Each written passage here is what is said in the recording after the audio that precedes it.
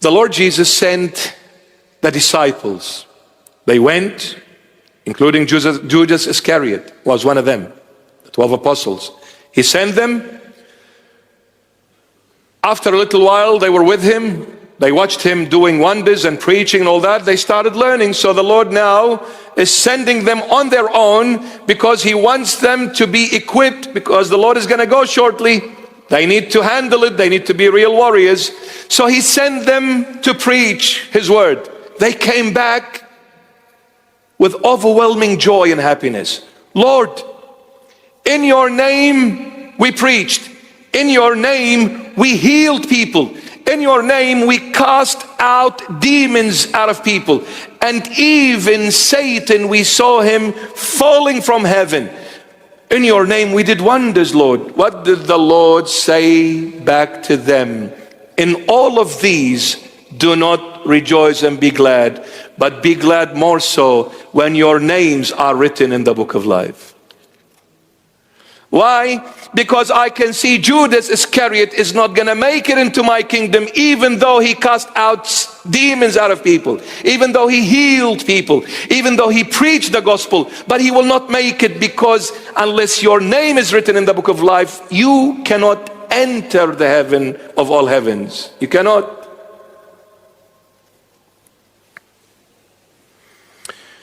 So how will your name and my name be written in the book of life? One way. When you start living the Lord Jesus.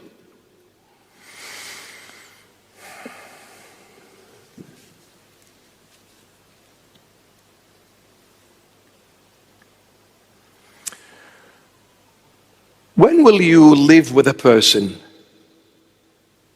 When you truly love the person. It is impossible to live with someone you do not love. It is impossible. And if you even try to live with a person you do not love, that is what hell is all about. If you don't know what hell is, living in a place where there is no love. That is hell. So you don't need to wait to make it to hell, God forbids. You can live hell on earth when you live in a place, in a house, in a situation, in a relationship where there is no love. That is hell. So the only way to live with a person is when there is genuine, true love between the two. Genuine, true love. The only way for our names to be written in the book of life, we need to love the Lord.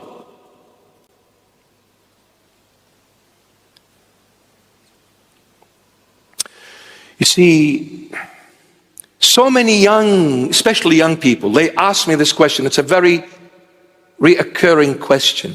It gets asked quite often. Like, Bishop, do I really have to go to church? Do I really have to pray? Do I really have to read the Holy Bible? And when I prayed, is it okay if I pray while I'm sleeping in my bed? Or do I have to be standing? Or do I have to be kneeling? Or do I have to be... What, are you taking a photo or something? Like, do I really have to, Bishop? No, my son, my daughter, you don't have to. Really? Yeah, really, you don't have to. Oh wow, what a relief. No, but I'll ask you this, my son and daughter. Do you love the Lord? Do you love the Lord Jesus? If you say yes, then if you love the Lord, you have to go to church. And if you love the Lord, you have to pray. And if you love the Lord, you have to read the Holy Bible. And if you love the Lord, you have to fast. And if you love the Lord, you have to do good. Because you cannot love someone and do everything against them. When you love a person, in fact, you will go out of your comfort zone to please them. I'll give you an example, and I've mentioned it so many times in our talks. A mother raises her child, a son more so than a daughter, but a son or a daughter. They raise their child. They sacrifice their life. Hard-working mom, hard-working dad. Raise this child till they become 20, 25, maybe 30 years of age. And that child, throughout those long 20, 30 years, the parents struggled with them to get them to do one thing for their mom or dad. A stranger comes along and he sees this gazelle coming from afar. And the heart starts going, what a dove, you know, falls in love. And then she comes and snatches his heart away from him. He falls in love with this girl. The first day he washes the dishes, vacuums the house, mows the lawn, does everything. He takes her shopping for hours on end. The mother looks. For 30 years, my son, I struggled for you to wash your plate when you finished eating. This total stranger, overnight, she made you a slave and you're happy. Well, mom, because I'm in love. I love you, mom, but I'm not in love only with this girl. When you love the person, you will do crazy things. You will do things that will shock you. You will, after you do them, you say, was that really me? Man, like I have all muscles and tattoos, and like this girl is making me vacuum. Like when I show up, all the boys run away from me. I can punch my fist through a concrete wall, and this girl is making me a slave at home. But I'm enjoying it, I'm loving it, because I love her. I'll do weird things. This is how your name gets written in the book of life. When you fall in love with Christ, and I'm talking about holy love, holy companionship, pure, heavenly, elevated, spiritual love, not that dirty, muddy, earthly love. No, this is holy, heavenly love. When you fall in love with Christ, you will do crazy things for him. You will not even think about doing it. You just do it naturally.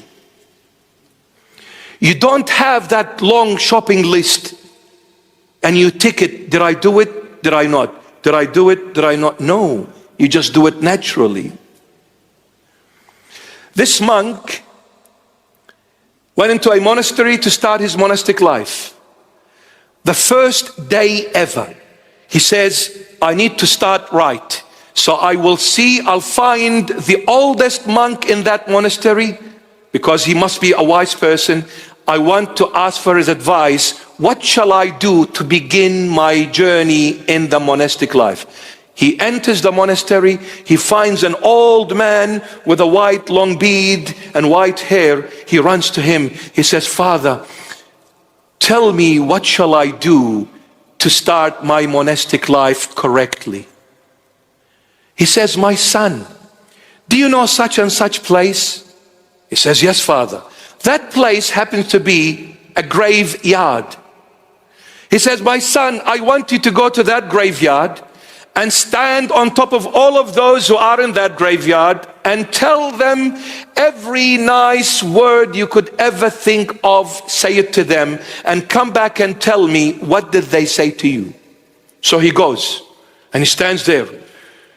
You are saints. You are the holy children of God. You are the most wonderful, peaceful, beautiful. He said every beautiful thing he could ever think of to those people in the graveyard. He goes back to the father. He said, son, did you do it? Yes, Father. What did they say to you? Nothing, Father. He says, well, now pick yourself up and go back to the same place and tell them every nasty, ugly word you could ever imagine to them, and come back and tell me, what did they say to you? So he goes, he says, you are sinners, you are filthy, you are dirty, you're ugly, you are the sons of the snake, Satan is your father. And then he comes back. Did you do it, son? Yes. What did they say to you? Nothing, Father. He said, son, you want to start your monastic life? Be like them. I hear nothing, I see nothing. I am dead to the world and I'm living to Christ. I am dead to the world and I am all alive for my Jesus, the love of my life. Who cares what this person said about me? And who cares what that person is saying about me? What matters is what Christ says about me.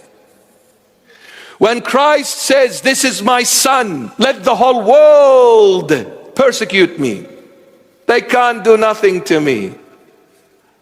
I'm his son. What are you going to do when my Christ comes after you? What are you going to do?